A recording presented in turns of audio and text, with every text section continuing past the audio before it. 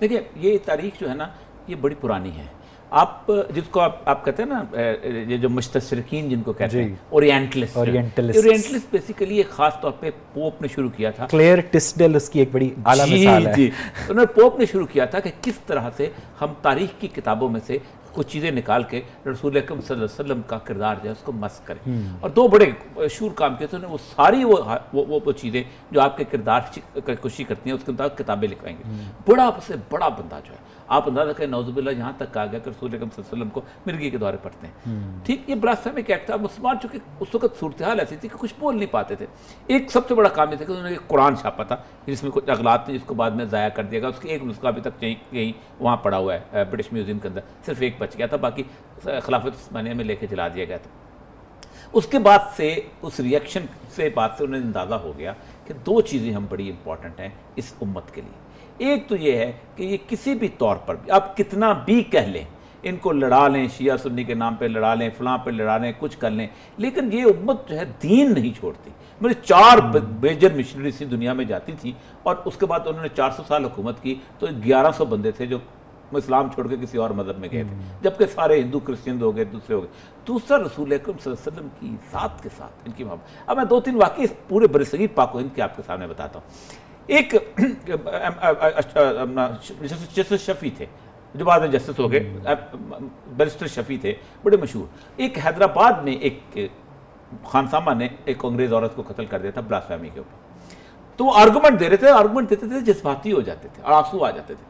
तो जज अंग्रेज था, उसने कहा कि तुम तो बारेट लॉ हो, तुम तो लिंकन के पढ़े हुए हो, तुम तो इतने रैशनल आदमी हो, तो तुम क्यों ऐसा कर रहे हो? तो उसने कहा तो आपको अंदाज़ा नहीं है कि इस कौम की सैयदुल अंबिया के साथ जो जज्बाती वाबस्तगी है, मैं तो बहुत कुछ भी नहीं हूँ, कोई मुझसे भी ज़्यादा मॉडर्न आदमी होगा तो वो इसी तरह फ्रांस में किसी एक शख्स के कत्ल होने के ऊपर, ठीक ऐसा हुआ जैसा बेनज़ीर के कत्ल होने पर हुआ था। सोसाइटी के अपने जिस तरह वहाँ रिएक्ट करते हो वहाँ यहाँ भी रिएक्ट करो।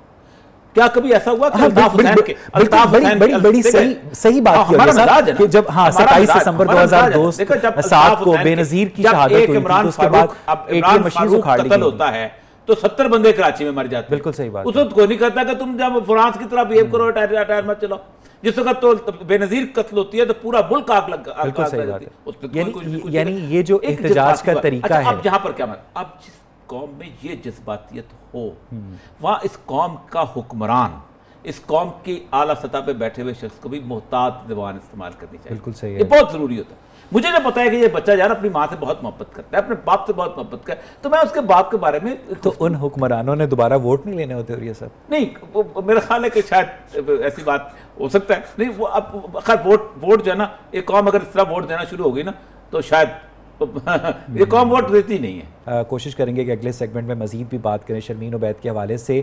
एक जो अहम सवाल ये है, इस वक्त पूरी दुनिया के मुसलमान जो हैं वो उस तरह ब्लास्फेमी लॉज को इम्प्लीमेंट नहीं करते हैं, मुसलमान ममालिक की मैं बात कर रहा हूँ, जिस तरह पाकिस्तान करता है। तो किस तरह पूरी दुनिया के मुसलमान देखें और ये सब किस तरह पूरी दुनिया के मुसलमान या मुत्तहिद होकर इस तरह के जो ब्लास्फेमी के वाक़यात हैं उनका मुकाबला कर सकते हैं? देखिए पूरी दुनिया के मुसलमानों से पाकिस्तान हमेशा मुख्तलिफ रहा है। जिस वक्त नेशन स्टेट्स बन रही थी ना, किसी मुल्क ने नहीं कहा था कि हम मुसलमान हैं इसलिए हमारा मुल्क दो। सऊदीज ने भी कहा था हम सऊदी अरब हैं, सऊदी कबीला का मुल्क है, दे दो। मिस्रियों ने भी कहा था मिस्री मुल्क। हम वाहिद बंदे लोग थे कि उन्होंने कहा था हमें इसलिए दे दो कि हम मुसलमान हैं, तो इसलिए तो हमारी इनहेरेंट सूरत हाल मुख्तलिफ। मैं आपको एक वाक़या तारीख का, गाजी इल्म-दीन बड़ा मशहूर वाक़या है। अब गाजी इल्म-दीन को आज तक हम शहीद कहते हैं, हालांकि अदालत की फांसी है और आखिरी हाई कोर्ट की अपील के नाम पे फॉरेन ऑफिस का हॉस्टल भी है। जी फॉरेन ऑफिस का। और गाजी इल्म-दीन वो है कि जिस शख्स ने डायरेक्ट ब्लास्फेमिक को नहीं मारा था, उसने पब्लिशर को मारा था, तौहीन रिसालत मीडिया को मारा था, उसने मीडिया को जाके कत्ल किया था। ठीक, उस शख्स के बारे में अल्लामा इकबाल, यानी उसकी लाश नहीं दे रहे थे अंग्रेज, खौफजदा था अंग्रेज। हालांकि मुसलमान जो थे उस वक्त 10 या 11% भी नहीं थे पूरे बरसगीर में। अल्लामा इकबाल ने जमानत दी थी कि हम इस शख्स की को लेके आएंगे, इसको दफन करेंगे लाहौर और यहाँ कुछ नहीं होगा। अल्लामा इकबाल आप खुद सोचें ये कितनी बदकिस्मती की बात है कि उस शख्स की गाजी इल्म-दीन के जो चारपाई आई थी वो सलमान तासीर के वालिद मोहम्मद तासीर के घर से आई थी। ठीक, और ये सूरत हाल थी। और उस बंदे के बारे में ये था कि एक जज्बाती कैफियत थी, लोग उसको आज तक जज्बाती कैफियत के अंदर याद रखते हैं। तो एक बात याद रखिए कि हीरो कौन किस वक्त होता है, कैसे होता है, कब होता है, किस तारीख में कौन किसको, ये बिल्कुल और अच्छा। और ये सब आपने अपनी गुफ्तगू में एक बड़ी अहम बात की थी जिसकी जानिब शायद हमें इतनी ज़्यादा हम तवज्जो नहीं देते कि जब कोई इस तरह का अनफॉर्चुनेट वाक़या होता है तो उसके बाद बस्तियों की बस्तियाँ पाकिस्तान के अंदर जला दी जाती हैं, जिसका आपने इतने अच्छे अल्फाज में जिक्र भी नहीं किया था।